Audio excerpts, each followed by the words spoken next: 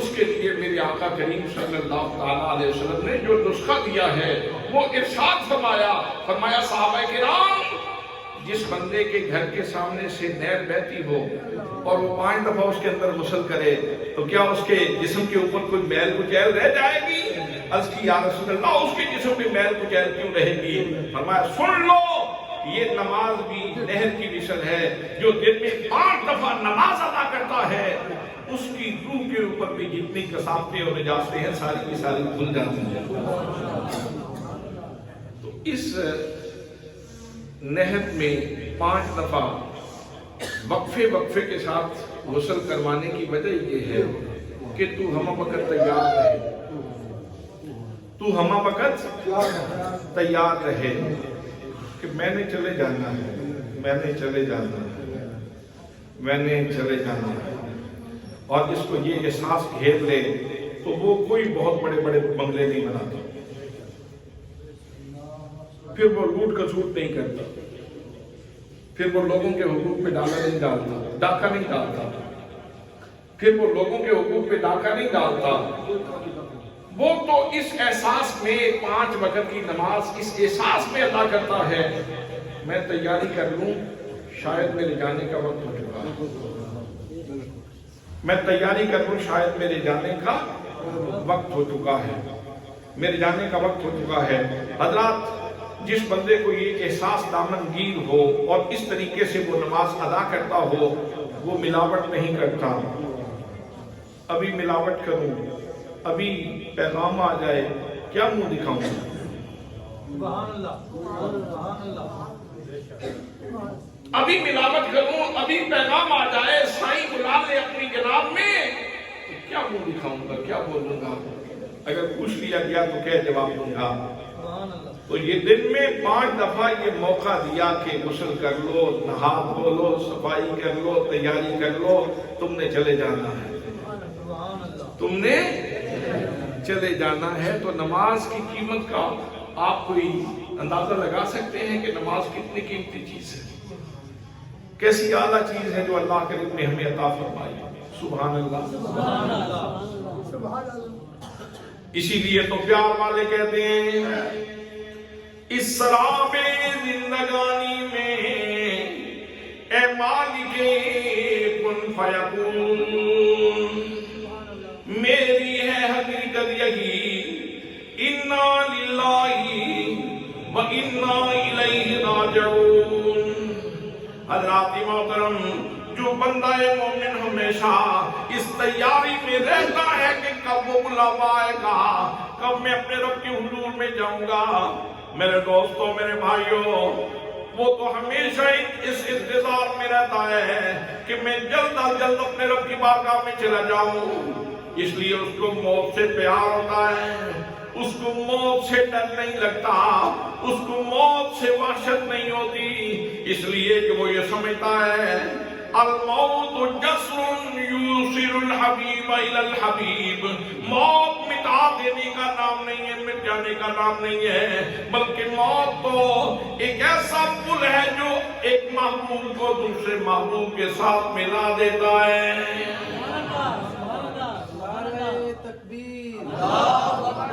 نعرہ رسالت،